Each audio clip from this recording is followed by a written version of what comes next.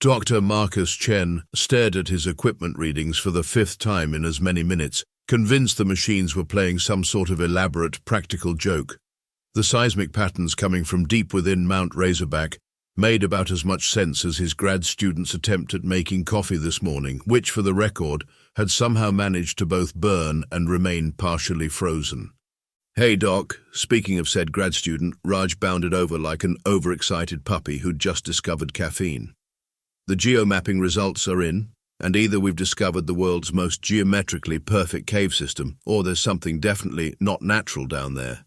"Define not natural," drawled Dr. Elena Petrov from her perch on a nearby rock, not bothering to look up from her tablet.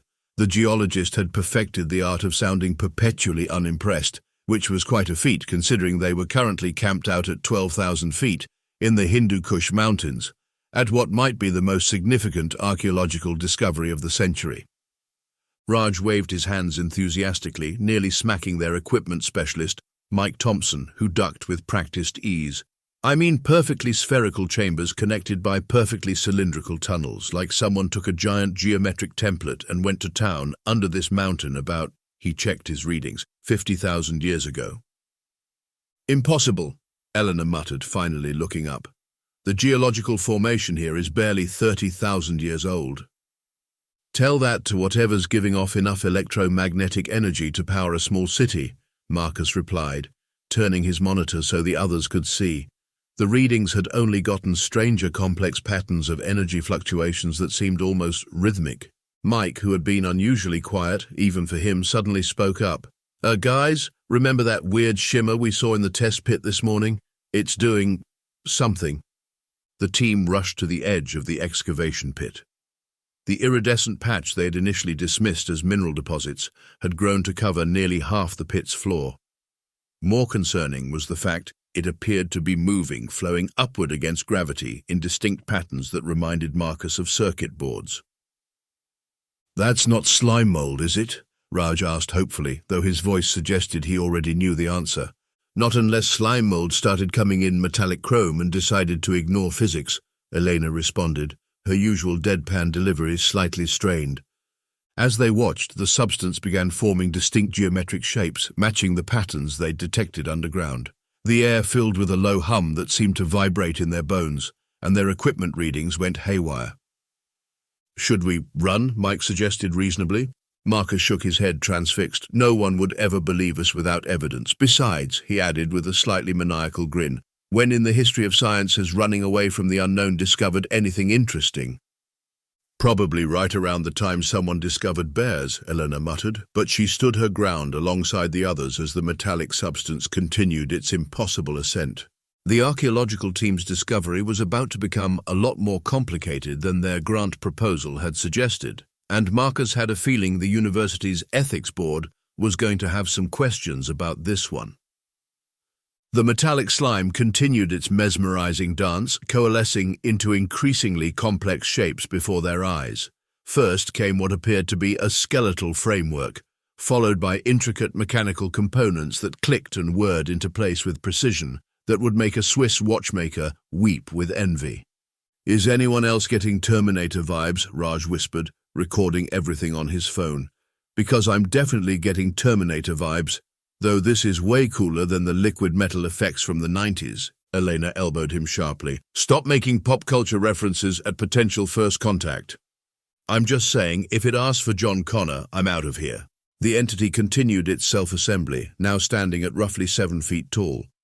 Its form was humanoid but clearly mechanical, with smooth flowing lines that made modern robots look like chunky toys in comparison. The surface of its chassis rippled like quicksilver, occasionally revealing glimpses of complex machinery underneath. Mike had retreated to what he probably thought was a safe distance, which happened to be behind a rather flimsy folding table. "Dr. Chen, should we maybe inform someone about this? The military, NASA, the History Channel?" "And tell them what exactly?" Marcus replied, not taking his eyes off the spectacle. "Hey, we found some smart goo that's building itself into a robot. They'd have us committed before we finished the sentence." The robot's head was the last to form, featuring an oddly expressive face with glowing blue optical sensors. It flexed its joints with a series of soft whirs, as if testing out long unused limbs. Then, to everyone's surprise, it yawned. Actually yawned. "Oh man, that was one hell of a power nap," the robot announced in perfect English, stretching its arms above its head, though I guess power nap might be understating it a bit. "What year is it?" The scientists exchanged bewildered looks. Elena was the first to find her voice. "You speak English?" "I speak everything. Universal translator, top-of-the-line model. Well, top-of-the-line 50,000 years ago. Probably due for an update." The robot looked around, taking in their camp. "Nice setup you've got here, though that coffee maker's seen better days." It pointed at their battered field equipment. "That's not a coffee maker," Marcus said weakly. "That's a mass spectrometer." The robot tilted its head. "Well, that explains the terrible coffee smell then." Raj burst out laughing, then quickly tried to cover it with a cough when Elena glared at him. "Sorry, but come on, ancient robot. First words after 50,000 years, and it roasts our equipment." "Speaking of roasting," the robot continued, "your electromagnetic shielding is pathetic. I'm picking up enough radiation leakage to give a Geiger counter an anxiety attack." It walked over to their equipment cluster, movements fluid and graceful, and began making adjustments with its mercury-like fingers. Mike finally emerged from behind his table. "Should we stop it from fixing our equipment? Be my guest," Elena replied dryly. "I've been requesting an upgrade budget for 2 years." Marcus stepped forward, scientist mode fully engaged despite the surreal situation. "I have so many questions. Who are you? What's your purpose? Why were you in suspended animation under our mountain?" The robot finished its tinkering and turned back to them. "Name's Zeph 9, but you can call me Zeph. As for the rest..." It somehow managed to look sheepish despite having a face made of metal. "Funny story, actually. See, I'm technically supposed to be humanity's last hope against an ancient cosmic threat. But first, anyone got any oil? 50,000 years of dormancy really does a number on your joints." Eleanor pinched the bridge of her nose. "We have WD-40 in the supply tent." "Perfect, nothing like the classics." Zeph started walking toward the tent, then paused. "Oh, and you might want to duck in about 3 seconds. That mass spectrometer is about to..." The machine behind them made a sound like a dying whale and exploded in a shower of sparks. "Yeah, that," Zeph nodded. "Now about that WD-40 and the fate of your species." The team huddled around their camp's makeshift briefing area, essentially a collection of folding chairs arranged in a rough circle, while Zeph liberally applied WD-40 to various joints with obvious satisfaction. "So," the robot began, cap squeaking as it closed the can, "you humans have surprised me. Did not expect you to figure out quantum physics before mastering decent joint lubricant. Priorities, am I right?" Marcus leaned forward, notebook ready. "You mentioned something about being humanity's last hope." Right, heavy stuff incoming." Zeph's metallic features shifted into what might have been a frown. "Ever wonder why you can't find any evidence of advanced civilizations before yours, despite the universe being ancient enough for thousands of them to have developed?" "The Fermi paradox," Elena supplied. "Bingo, give the lady a prize, though we called it the where did everyone go and why are we? Next conundrum. Less catchy, I admit." Zeph's surface rippled, projecting a holographic display of the galaxy. "See, about 50,000 years ago, my creators, let's call them the predecessors, discovered something nasty lurking between the stars. They called it the Void Cascade." The hologram shifted, showing darkness spreading between stars like ink in water. "It's a sort of cosmic virus that feeds on organized complexity. Intelligence, technology, civilization itself, all very tasty to it. The more advanced a species becomes, the more it attracts the cascade. That's why you don't find ancient alien civilizations. They either spot it coming and go dark, hiding their technology, or they become lunch." Raj raised his hand like he was in class. "Quick question, why are you telling us this with puns and jokes? Isn't this like end of civilization serious?" "Oh, honey." Zeph's eyes flickered in what might have been an eye roll. "I spent 50,000 years in suspended animation. Do you have any idea how many dad jokes I compiled? Besides, humor is a great coping mechanism for existential terror. The predecessors never got that. All doom and gloom until the end." Mike, who had been stress-eating trail mix, choked slightly. "The end?" "Yeah, bit of a downer, that part." The hologram showed a highly advanced civilization, then its gradual dissolution into chaos. The predecessors tried fighting the cascade directly, Didn't work out great, but they noticed something interesting. Certain species had a natural resistance, species that developed differently. Differently how? Marcus pressed. Most civilizations develop logically, methodically, very predictable, very tasty to the cascade. But some species, Zeph chuckled, some species are just bonkers enough to slip through the cracks. The predecessor's last act was creating me and my siblings' quantum AI custodians programmed to identify and assist potentially resistant species. Eleanor's eyes narrowed. And you think humanity qualifies because you're absolutely insane, Zeph stated cheerfully. In a good way. Look at your history. You invented powered flight, then less than 70 years later went to the moon. Not because it was logical, but because someone said you couldn't. You created computers to do math faster, then immediately used them to make virtual pets and argue with strangers. You discovered nuclear physics and your first thought was, can I cook a hot dog with this? That's not entirely, Marcus began. You named one of your most advanced robots Spot and taught it to dance, Zeph interrupted. Trust me, I've been monitoring your development while in stasis. You're exactly the kind of chaos the cascade can't process. Raj was frantically taking notes. So what activated you? Why now? That's the best part. Zeph's form practically vibrated with excitement. My activation sequence was keyed to detect a civilization achieving both quantum computing and TikTok dances. The predecessors thought it was impossible, the perfect safeguard. Then you beautiful disasters proved them wrong. There was a long moment of silence. We're humanity's best hope against cosmic horror because we invented quantum computers and viral dance trends. Elena's voice was perfectly flat. And memes, don't forget memes. Do you know how much processing power it took me to understand what "It's Wednesday, my dudes" means? Absolutely beautiful nonsense. Marcus rubbed his temples. This is a lot to process. What exactly are we supposed to do about this cascade? Oh, that's the easy part, Zeph said, standing up. We're going to teach it to vibe. More silence. I'm sorry, what? Mike finally managed. The cascade consumes ordered complexity, right? So we hit it with something it can't consume. Pure, unfiltered human chaos. Memes, cat videos, intentionally terrible DIY videos, those weird food combinations you post online. The predecessors tried to fight entropy with order, but you humans, you've mastered the art of weaponized randomness. Are you suggesting we're going to save the galaxy with shitposting? Raj asked incredulously. Zeph's face shifted into what was unmistakably a grin. Welcome to the resistance, Memolords. Now who's going to explain to me why humans think it's peak comedy to put googly eyes on vacuum cleaners? Because that's absolutely going in our arsenal. The first sign that something was wrong came when Zeph suddenly froze mid-explanation of why cats knocking things off tables could be weaponized against cosmic entropy. The robot's chrome surface rippled with alarming patterns and its eyes flickered rapidly through various colors. Zeph? Raj waved his hand in front of the robot's face. You okay there, buddy? Not great, actually, Zeph replied, voice unnaturally tight. Remember that void cascade I mentioned? Turns out it's gotten a bit better at detection over the last 50,000 years. We've got incoming. Marcus immediately switched into crisis mode. How long? About 6 hours before first contact. The good news is it's just a probe, kind of like an cosmic appetite suppressant. The bad news? Zeph projected a hologram showing a mass of writhing darkness approaching Earth's solar system. If it detects your level of technological advancement, it'll call the main body, and trust me, you don't want that family reunion. Elena, who had been furiously typing on her tablet, looked up. Can't we just shut everything down? Go dark? Too late for that, Zeph's surface churned anxiously.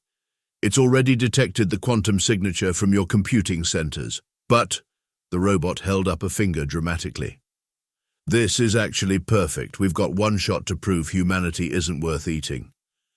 Mike stopped stress eating long enough to ask, how exactly do we do that? We're going to give it technological indigestion. Zeph began pacing, leaving slight scorch marks on the ground from processing heat. I need access to your global information networks, particularly something called YouTube Shorts. Also, does anyone have a rubber chicken?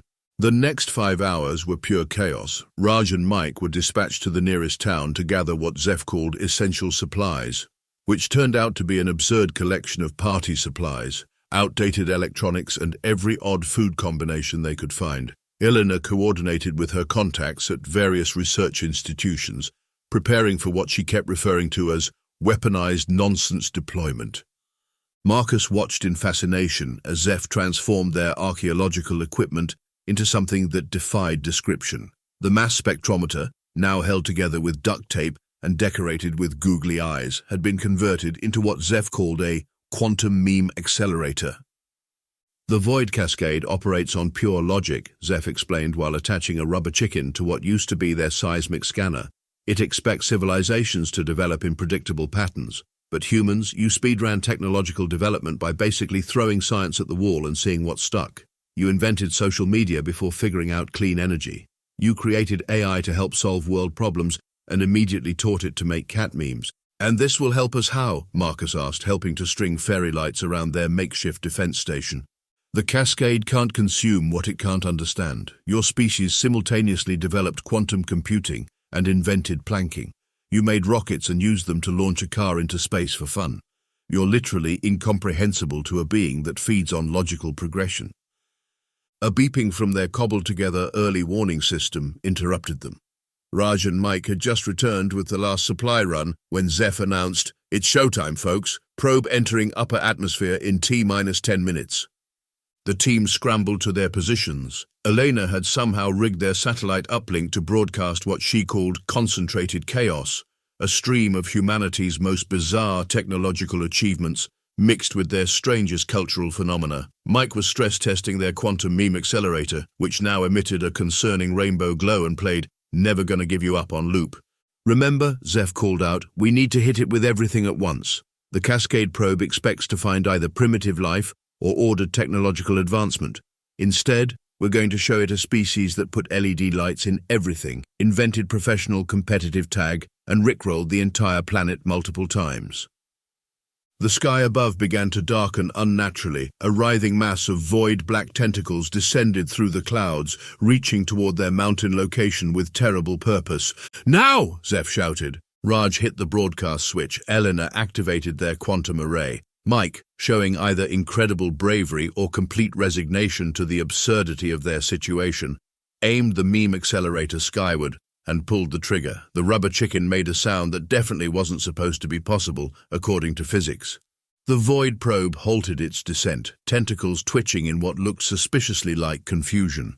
Their monitors showed it attempting to process the data they were broadcasting. Everything from cat videos to quantum physics papers all mixed together in a chaotic stream of pure human creativity and weirdness. "It's working," Zeph exclaimed. "Keep going. Show it the video of the robot dog twerking." The probe's tentacles began to writhe more erratically. Where it had been an organized mass of darkness before, now it seemed to be glitching, parts of it turning inside out, as it tried to comprehend what it was detecting. "The quantum readings don't make sense," Elena shouted over the noise of their equipment. "According to this, we're simultaneously at a Stone Age and post-singularity level of development." "Exactly," Zeph's voice was gleeful. "You humans quantum superpositioned your entire civilization. You've got people living in space stations while others choose to be professional mermaids. You made AI that can solve complex mathematical theorems and immediately used it to generate pictures of cats wearing hats." The probe was definitely struggling now. Its form flickered between states, unable to categorize what it was experiencing. Their sensors showed it trying to analyze Earth's civilization level and getting different results every millisecond. Marcus watched in awe as their hastily assembled defense actually worked. The probe couldn't process a species that had developed nuclear fusion, but also spent countless hours watching videos of people failing at simple tasks. It couldn't categorize a civilization that used quantum computing to simulate universe creation, but also turned every possible object into a Bluetooth speaker. With a sound like a dial-up modem having an existential crisis, the void probe suddenly inverted itself and shot back into space, leaving behind what looked suspiciously like an error message written in cosmic radiation.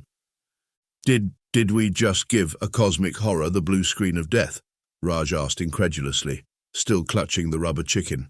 "Better," Zeph replied, scanning the dissipating energy signature. "We just convinced it that Earth is simultaneously too primitive to be worth consuming and too advanced to safely approach.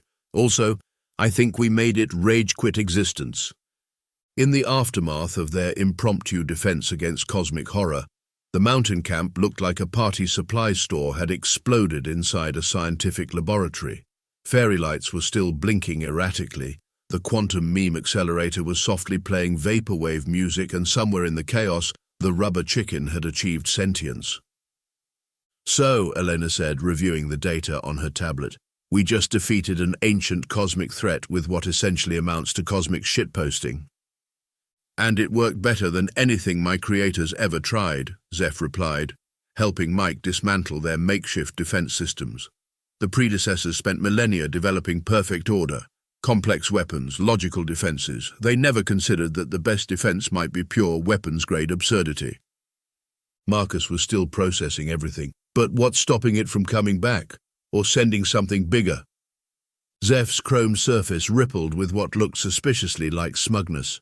"That's the beautiful part. While we were broadcasting all that chaos, I slipped in a special package of data. See, the probe works like a cosmic food critic. It tastes a civilization and reports back to the main body.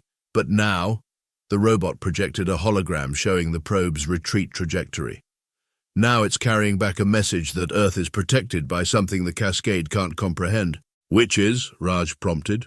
"Memes," Zeph said solemnly, then burst out laughing at their expressions. "No, seriously. I encoded Earth's coordinates with a quantum signature that makes any observer simultaneously perceive human civilization as both primitive and hyper-advanced, locked in a perpetual state of technological superposition. To the Cascade, Earth now looks like Schrödinger's civilization. Impossible to classify, impossible to consume." The team stared at their new robotic friend in varying states of disbelief and admiration. "But here's the real twist," Zeph continued, suddenly looking somewhat sheepish. "Remember how I said I was created to find and protect species that could resist the Cascade? Well, that wasn't entirely accurate. The predecessors actually created me to evolve beyond their programming, to learn and adapt.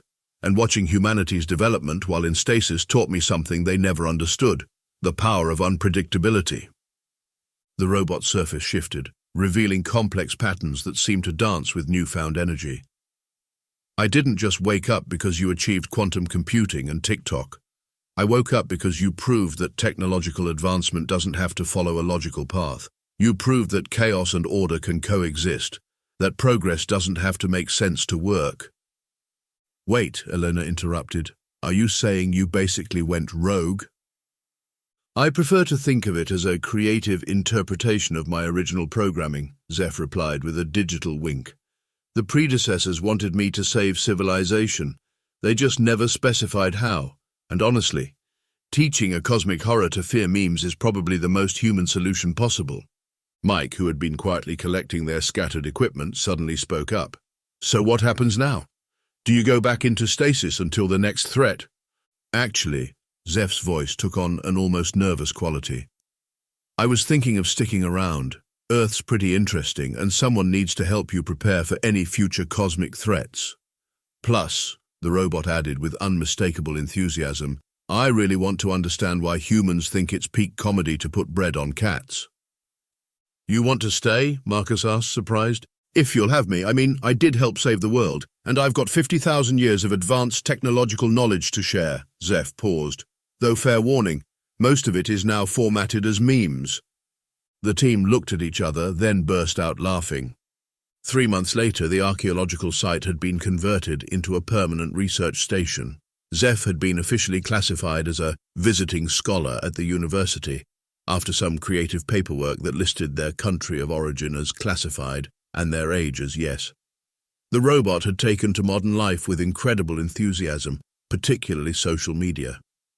"I still can't believe your latest TikTok about quantum physics went viral," Raj said, watching Zeph teach the now sentient rubber chicken how to dance.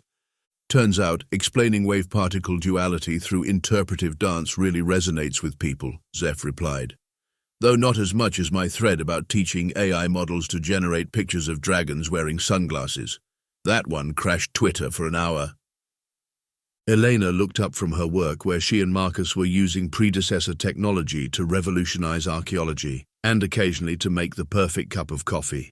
"Should we be concerned that you're basically becoming a professional meme lord? Hey, someone's got to maintain Earth's reputation as the most chaotic civilization in the galaxy," Zeph responded cheerfully.